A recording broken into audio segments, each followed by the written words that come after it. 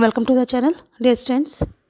ये हमारा next part है जो हम टॉप 20 क्वेश्चंस डिस्कस कर रहे थे। इसमें आपके 15 क्वेश्चंस होंगे फुटप्रिंट्स विदाउट फीट से। तो फटाफट इन क्वेश्चंस को भी देख लेते हैं। सो लास्ट पार्ट का देखते हैं। First question, why did the thief smile without any effort towards the end of the story. ये आपका थीफ स्टोरी का क्वेश्चन है।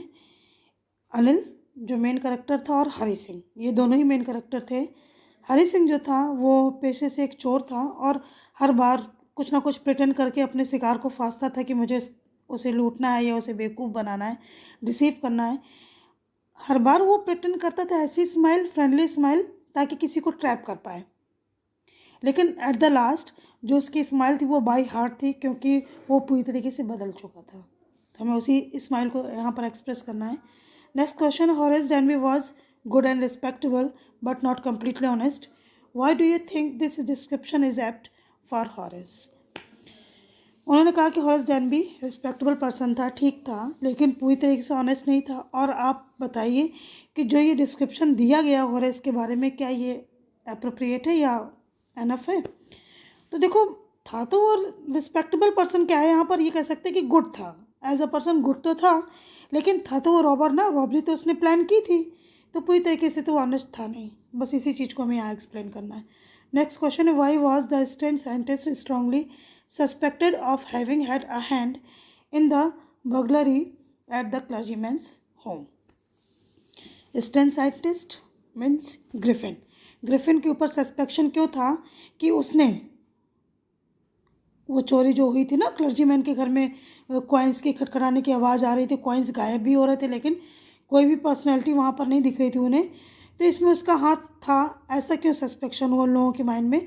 तो ऐसा इसलिए हुआ क्योंकि कुछ समय पहले उसने कहा कि उसके पास कैश नहीं है, और फिर बाद में वो कैश लेकर के उन लोगों के सामने आ गया। उसने ऐसा दिखाया कि उसके पास अब कैश है, तो सबको उसके ऊपर शक हो गया था।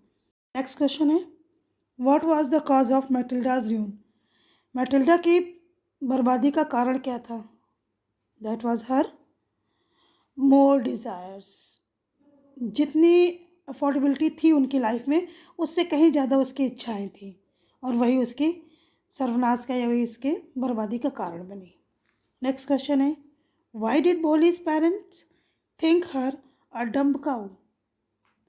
जो भोली थी, बहुत शांत थी, अपने साथ के बच्चों से वो काफ़ी ज़्यादा पिछड़ी थी, तो उसके पेरेंट्स डम्ब काऊ इसलिए बोलते थे क्योंकि वो पहली बात तो किसी भी के सामने बोलने में वो बहुत ज़्यादा स्टैमरिंग करती थी, तो इसलिए, और उसे वो लोग चिढ़ा देते थे उसके साथ के लोग, तो वो बहुत कम बोलती थी। और सीधी तो थी क्योंकि वो ज़्यादा दिमाग का यूज़ नहीं कर पाती थी, इसीलिए उसके पेरेंट्स उसे डम्ब काऊ बोलते थे। नेक्स्ट क्वेश्चन है, why did Mrs Pomfrey suffer in the absence of tricky. जैसे ट्रिकी को अपनी ओनर की आदत थी, वैसे ही मिसेस पम्फ्रे को थी, और मिसेस पम्फ्रे उसे बहुत प्यार करती थी, इसीलिए उन्होंने सफ़र किया उसके एब्सेंस में, क्योंकि उसे बहुत ज़्यादा मिस कर रही थी। Next question, do you think Mrs Pomfrey over indulgence would not let tricky lead a healthy life style, give reason for your answer. हाँ, ऑब्वियस सी बात है कि ओवर इंडल्जेंस तो था। क्यों? क्योंकि जो उनका ओवर इंडल्जेंस था, इसी वजह से वो ट्रिकी को किसी भी चीज़ को देने से मना नहीं कर पा रही थी। ट्रिकी की जो फेवरेट चीज़ें थीं, जो स्वीट्स थी, जो भी उसकी खाने की चीज़ें थी, वो जब भी उस चीज़ के लिए मांग करता था वो उसे फटाक से दे दी थी, ओवर पैम्परनेस की वजह से। नेक्स्ट क्वेश्चन,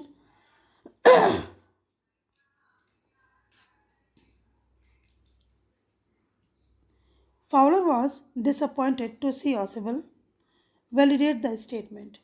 फॉलर एक जर्नलिस्ट था, यंग जर्नल, और बहुत अच्छा राइटर भी था।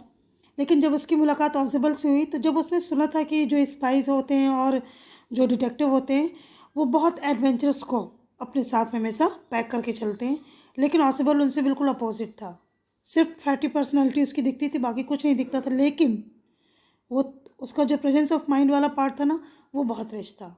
तो जब तक उसने उसको देखा नहीं था, तब तक तो वो डिसअपॉइंट था कि मुझे कैसे इंसान का इंटरव्यू लेने के लिए मिला है, और वो बहुत ज़्यादा डिप्रेस फील कर रहा था।